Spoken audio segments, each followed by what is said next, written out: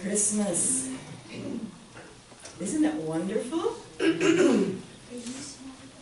Feliz Navidad, absolutely. And let's see, Hanukkah finished early this time. Happy Hanukkah. Good St. Nicholas Day, Krampusnacht, yes. Bodhi Day was a few days ago. Lady of Guadalupe was a couple of days back. Santa Lucia's Day. Santa Lucia, that's her. Las Posadas is happening right now. The winter solstice and the Yule, some of us got to do that yesterday, yes. Yalda is the Persian experience right now. Panchaganapata, 5-day Hindu festival in honor of Ganesha. Elephants, everyone? Yes. All right. The birthday of the sun in Tamil land, Mak. And then we have Christmas, and then after that, St. Stephen's Day, Kwanzaa, New Year's Eve, St. Basil's Day, 12th night, Three Kings Day, Epiphany, and so on. This is definitely a holy day season. I brought a few of these if you need them.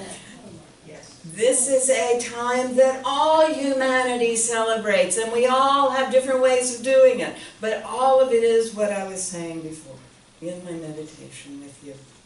It is honoring that light is what's real, and darkness fades in its presence. That's what it's about.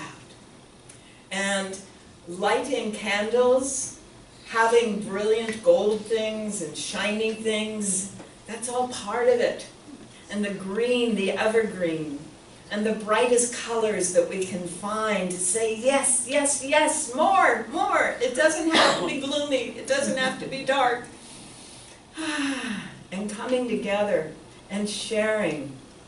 And one of the things that happens in indigenous peoples, with indigenous peoples, among indigenous peoples at this time, is because it's been cold and wet for a while, people have been inside making things, all kinds of things. And the harvest has been in, and so there's still food to share. So this is a good time to feast. And so people share the foods that they have, created or brought forth from the earth, or designed and developed into new interesting things.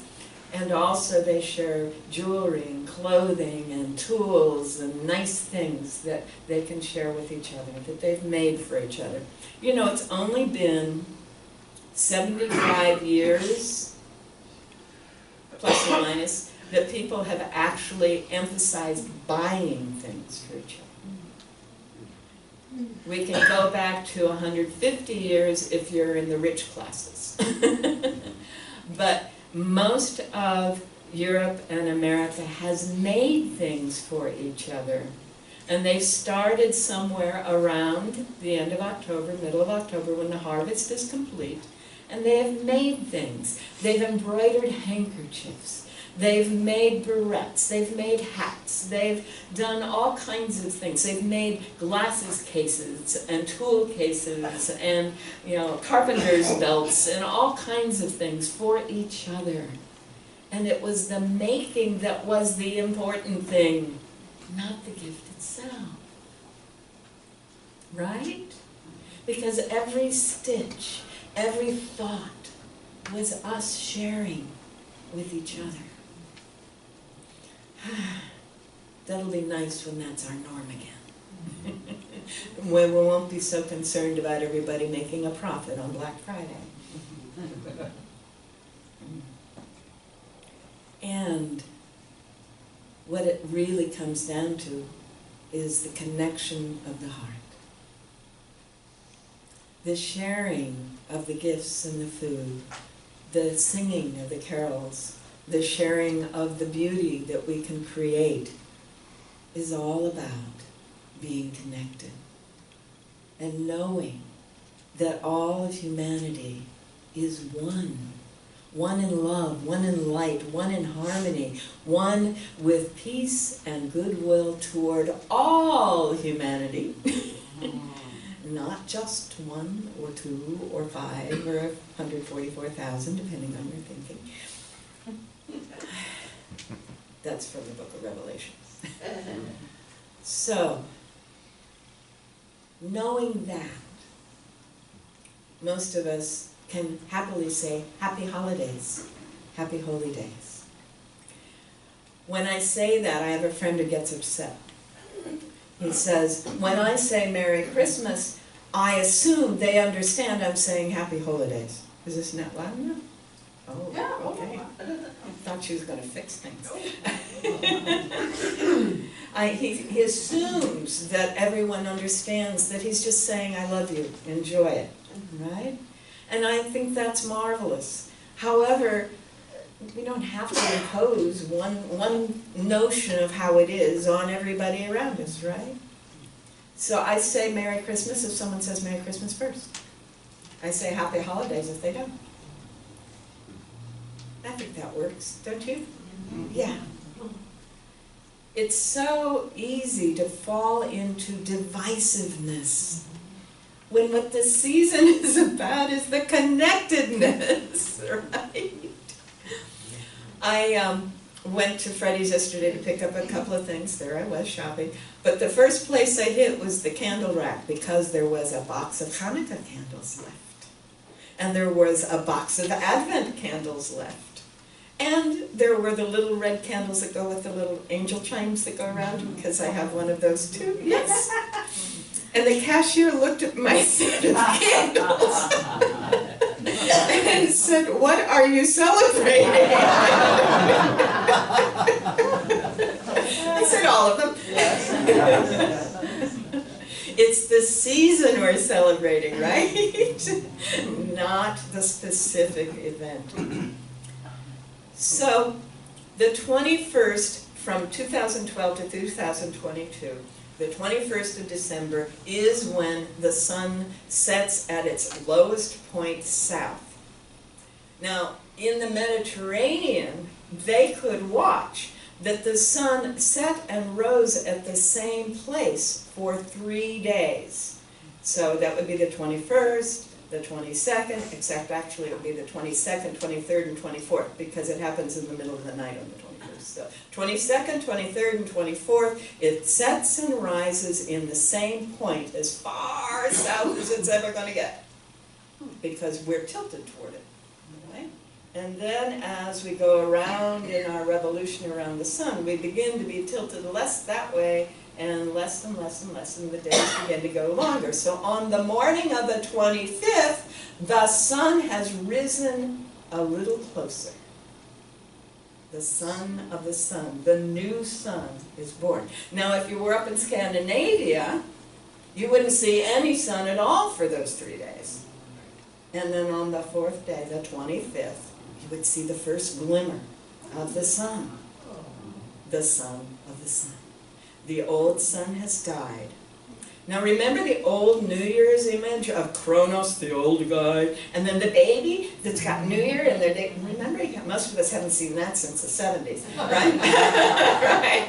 But that was common throughout Europe and the Americas well into that time, because Kronos was the old year dying, and the new Kronos, the new sun, the new baby, was born with the new year. And so for those people, the new year was the new sun, the son of the sun. Yeah, my.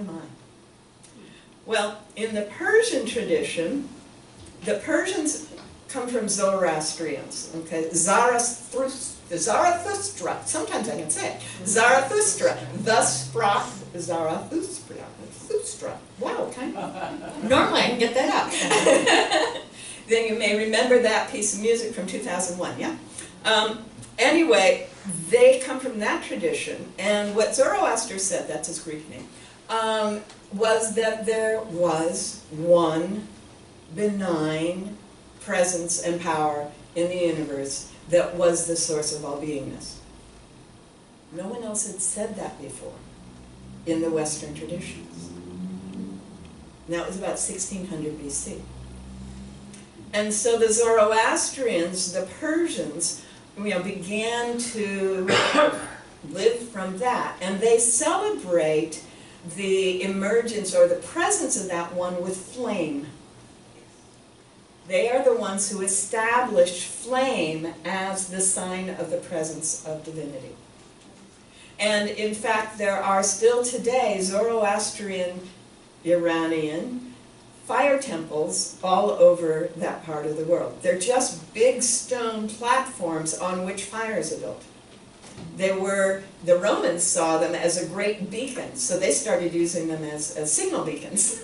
And it turns out that many of the Roman soldiers saw that connection and became followers of Zoroaster. And when Zoroaster was defining all of that, he said, well, yes, there is only one being, but there are 12 aspects of that one being. And they each have names. We would call them avatars. And one of those names was Mithras. And Mithras was the strength, the capacity to wrestle a bull. Okay, and you have seen pictures of Mithras wrestling a bull. All right. And so the Roman soldiers said, yeah, that's cool. What had happened was, as the Roman Republic emerged in power, it took over the Greek Empire. And the Greek Empire under Alexander and Darius had a duel, basically, killed off Darius, so Alexander became head of the Persian Empire. So the Persians were part of the Greek Empire, which became part of the Roman Empire, and the best soldiers were all Persians. And so the Roman army was devoted to Mithras. And guess what Mithras' birthday is? December 25, the day the sun comes back. So we have Roman soldiers all over the empire. Constantine decides that the Roman Empire no longer will have the emperor sitting in the temple and the throne room in Rome. He's moving off to what became Constantinople, okay, which we know as Istanbul. And some of you are thinking of that song, right? So Constantinople became the head of the Roman Empire. Well, what are you going to do? The Roman emperor is the god, but I'm not there anymore. I'm not the head of the temple of Jupiter. I'm not there. So he had a vision in hoc signo. Now, what he saw was a long vertical and a short horizontal, which we have decided in Western tradition is the Roman cross and is now the symbol of all Christian churches. Some people think it was a sword. Interesting. In hoc signo shall I conquer. In this sign shall I conquer. But he chose to see it, and he chose to let others see it as the cross on which Jesus was crucified, and his mother was a Christian. And she talked him into letting and encouraging the whole empire to become Christian. This would unite the empire because he was no longer in Rome. So he brought in a bunch of bishops, and I won't go into all of that, but he ended up establishing them in the temple of Jupiter. And St. Augustine, who wrote Confessions, remember Augustine? Some of you have heard of this guy. He was part of that group that Constantine brought together, and he said, do not impose this new religion on your people. That will never work. He had tried it. He knew better. He says, what you want to do is adopt and adapt. And some of you have heard me say this before. But adopting and adapting is how the Roman Empire became the Roman Catholic Church. And that's why Christmas time and Easter time especially are so rife with pagan traditions that have nothing to do with the Bible. And that's why American Protestants, many of them, will have nothing to do with Christmas or Easter in the way that it is practiced in our world. Whatever the local story was, whatever it was that people really needed to hang on to, they wove it into the Christian story in order to be able to continue to call themselves a Christian empire. One of those stories my grandmother used to tell me of how that worked. One of the early people who was sent out as a missionary, he had been a slave in the city of Rome, and he was a Christian, and he had become literate. He was one of the few people who could read and write. And his name was Winifred. And Winifred was sent back to his homeland, which is up in the Gaulish territories. And he went back into some of the villages. He was sent near a very sweet little village on the edge of the forest. And he was feeling very good about his work. He had really gotten across to the people. It was really very wonderful. And then one night in the middle of winter, happened to be during the solstice, he was aware the village was empty. There wasn't a soul anywhere. And he wandered and he found the tracks. And he followed the tracks. And what he saw horrified him. All of these people were standing with torches, and they had a bonfire under the great oak tree, and they had mistletoe, and they had all these symbols of pagan traditions, and he was just furious. And he grabbed the axe, and he proceeded to chop down the sacred oak tree. Oh, it was horrifying, and everyone was just in shock. How could you? This oak is the sign of our life. It's our connection with the all that is. But Winifred was so determined, this huge oak tree, and he hacked and he hacked and he shouted. And the tree crashed in the darkness. And in its heart was an evergreen, fresh and green, growing out of the center of the oak tree. And so the people knew what had been could no longer be. But there was a new sign of the life that is everlasting. And so we bring the greens in at this time of year.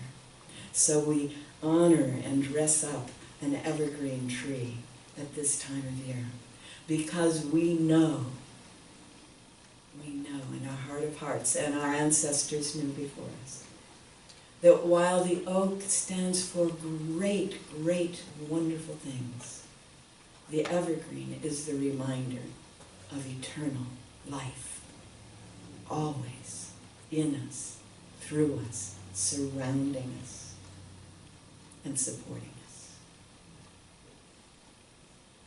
And so the Gaulish people, who are now called Germans, maintained the tradition of the evergreen tree. And when Queen Victoria married Prince Albert and brought him from Germany, Austria, he said, "Oh, I'm not having Christmas without my little evergreen tree." And so he brought what we call the Christmas tree into England. And what the Queen does, well, everyone else has to do. And so soon all the counts and countesses and barons and lords and ladies, and then the manor houses, and then the middle classes, just in a matter of decades, this became the norm, to have an evergreen tree. Most of them no bigger than that one, many of them smaller, dressed up in beautiful jewelry and with candles. And I want to thank Richard, he got to get to see a tree with candles brought from Germany. It was beautiful. And just to remind us of the life and the light and the joy and the beauty. Yes. That's what this season is about, yes? My aunt grew up with a Methodist grandmother in a Methodist household. And she married the son of a rabbi and converted, and felt really, really good about converting to Judaism. But for the first 5 years, she couldn't give up that tree. In fact, I think it might have lasted 10 years. But when she realized the kids were having to call it a Hanukkah bush, she did.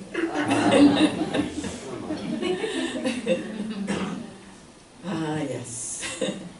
Because it is that symbol of light in the darkness, that symbol of everlasting light, that reminder that we are connected for thousands of years with this wonderful ongoing set of traditions that are designed to teach us and remember as all rituals are designed to teach us to remember the truth of our being and how the world really is, so that when all that other stuff starts coming at us, we can let it go and remind ourselves of what is said. Thank you very much.